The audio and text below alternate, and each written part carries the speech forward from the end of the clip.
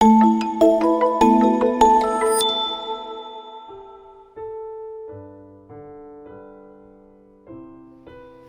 la Mungu, tumsifu Yesu Kristo. Karibuni katika tafakari ya neno la Mungu. Leo ikiwa ni Dominika ya 3 ya Kwaresma, mwaka A wa Kanisa. Katika Dominika hii neno la Mungu linatualika kutafakari kwa kina juu ya safari yetu ya kiroho, juu ya kiu ya mwanadamu na maji ya uzima anayotoa Mungu. Katika safari yetu kuna wakati tunapata kiu kutokana na kuishi jangwani, yaani jangwa la kiroho, ambapo jangwani ni changamoto mbalimbali. Leo tunaalikwa kumwelekea Mungu ambaye ataondoa kiu yetu kwa kutupatia maji ya uzima. Masomo ya leo yanaeleza juu ya kiu tunayo leo, si ya maji ya chupa wala ya mto pekee, bali ni kilio cha nafsi inayomtafuta Muumba wake. Katika somo la kwanza kwenye kitabu cha Kutoka tunapata habari za wana wa Israeli walimlalamikia Mungu kutokana na kiu baada ya kusafiri kwa muda mrefu pasipokunywa maji, maana walikuwa jangwani.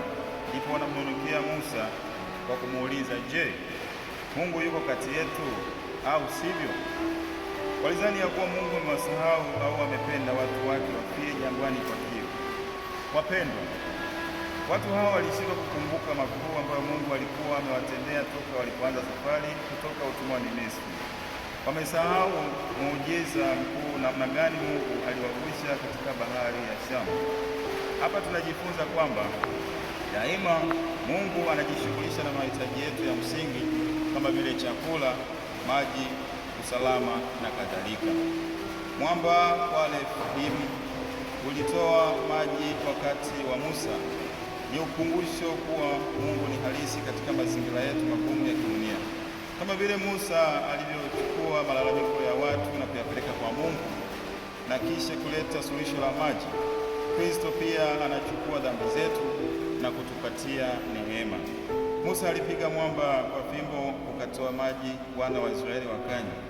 Kristo pia akiwa msalabani alichomwa ubavuni kwa mkuki, ikatoka damu na maji ambazo ndiyo chemchemi ya neema. Injili yetu ya leo kutoka kitabu cha Mwinjili Yohane inaeleza Yesu akiwa safarini kutoka Yudea kuelekea Galilaya, anaamua kupita katika mji wa Samaria. Mji huu ulidharaulika sana na watu wa Uyahudi, lakini Yesu anapita huko kuonyesha kwamba Mungu hana ubaguzi. Alipofika katika mji wa Samaria uitwao Sikari, hapo palikuwa na kisima cha kihistoria kilichochimbwa na Yakobo. Yesu akiwa amechoka kwa safari, aliketi kando ya kisima hicho yapata saa 6 mchana. Wanafunzi wake walikuwa wameingia mjini kununua chakula. Basi mwanamke Msamaria alikuja kuteka maji na Yesu akamwambia, nipe maji ninywe. Kutokana na ubaguzi uliokuwepo, mwanamke huyo alishangaa sana, kwani Wayahudi na Wasamaria walikuwa hawashirikiani kabisa. Hapa lakini tunaona kwamba Yesu anatumia maji ya kisima kama mfano wa maji ya uzima, akimweleza kuwa yeyote atakaye kunywa maji anayotoa yeye hataona kiu milele. Pia Yesu alionyesha uwezo wake wa kimungu pale alipomfunulia mambo mengi yaliyomhusu mwanamke huyu, ikiwemo juu ya kuwa na wanaume wengi, jambo lilomfanya mwanamke huyu amtambue Yesu kama nabii na Masihi. Tukio hili la Yesu na mwanamke Msamaria linavunja miiko ya ubaguzi wa kidini na kikabila. Mwanamke Msamaria alikuwa kama alama ya kanisa la mataifa. Kama vile Wasamaria walivyokuwa wageni na mchanganyiko wa Wayahudi, mataifa mengine yalikuwa mbali na agano la Israeli. Yesu kwenda Samaria ni picha ya Kristo anayevuka mipaka ya Israeli ili kuokoa ulimwengu wote. Kama mwanamke alivyokutana na Yesu kisimani, ndivyo sisi waamini tunavyokutana na Mwokozi mara kwa mara katika sakramenti za kanisa. Kiu ni tafsiri ya kutafuta upendo. Mwanamke Msamaria alikuwa na kiu ya upendo iliyomfanya hangaike hadi kufikia wanaume 5 bila kuridhika. Sisi vile vile roho zetu zina kiu ya milele ambayo haiwezi kuzimwa na chochote cha duniani hadi pale tutakapomwona Mungu uso kwa uso. Mtakatifu Agustino anafundisha kwamba mioyo yetu haitulii mpaka ifike kwa Bwana. Mwanamke Msamaria anawakilisha nafsi ya mwanadamu inayotangatanga mpaka itakapopata pumziko na burudisho kamili katika utukufu wa mbinguni. Kama mwanamke Msamaria, tunaalikwa kuwa wahubiri wa habari njema kwa wengine, kwani baada ya kusikia hekima ya Mungu kutoka kwa Yesu, mwanamke yule aliacha mtungi akaenda mjini kwenda kuwapasha habari juu ya mambo aliyoyaona na kuyasikia. Sisi pia tunaalikwa kupeleka habari njema kwa wengine ili na wao wapate kumjua Kristo na kupata neema. Ndugu zangu, somo la pili la waraka wa Mtume Paulo kwa Warumi. Mtume Paulo anafafanua hali mbaya ya kibinadamu baada ya ujio wa Kristo na kifo chake msalabani. Ametuondolea kiu na kutuletea amani, kwani binadamu hayuko tena mbali na Mungu. Ila tukumbuke kuwa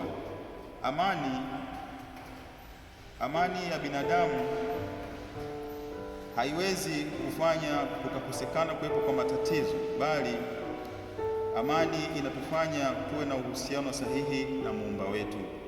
Kristo amekuwa daraja linalotuingiza katika neema. Paulo anasisitiza ukweli wa kihistoria kuwa Kristo alikufa kwa ajili yetu tulipokuwa bado wenye dhambi. Paulo anasema, tukiisha kuhesabiwa haki kwa imani, tumekwisha kukombolewa. Na hii iligharimu damu ya Kristo msalabani, ndiyo mwamba uliopasuliwa ili kutupatia amani ya kudumu.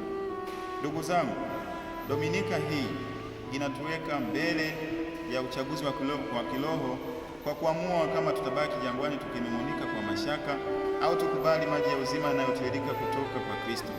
Katika kipindi hiki cha Kwaresima tunaalikwa kumwamini Mungu na kutomjaribu Mungu kwa mashaka. Tusifanye mioyo yetu kuwa migumu, bali tumkaribie Kristo kwa imani, kwa maana Kristo ndiye mwamba na kutoka kwake hutiririka neema, msamaha na uzima wa milele. Tukimwamini na kumruhusu Roho Mtakatifu afanye kazi ndani yetu, mioyo yetu itageuka kuwa chemchemi ya uzima kwa wengine. Kristo ndiye maji ya uzima. Kristo ndiye tumaini letu. Tumsifu Yesu.